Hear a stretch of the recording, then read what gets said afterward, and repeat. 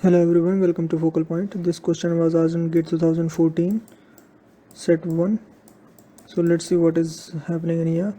This is including standard input output header file. Now we have called our main function in here. So this is our stack area, and this main function will be called inside this stack area. And so what we have taken in here, we have taken this integer I in here, and we have not initialized it. And now what we are going to take, we are going to take a integer pointer pi and storing the address of it is storing the address of I. Okay, so we have assumed that address of I is 1000, so 1000 will be stored inside this. Okay, now what we are going to do, we are going to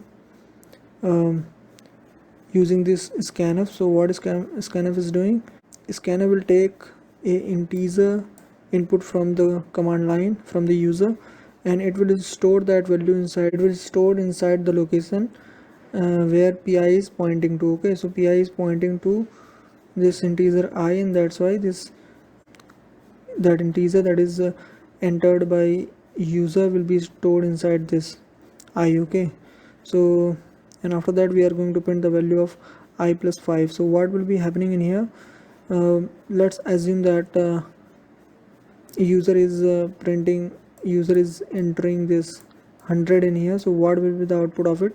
Output will be 105. Okay, so whatever user giving the input plus 5 will be printed.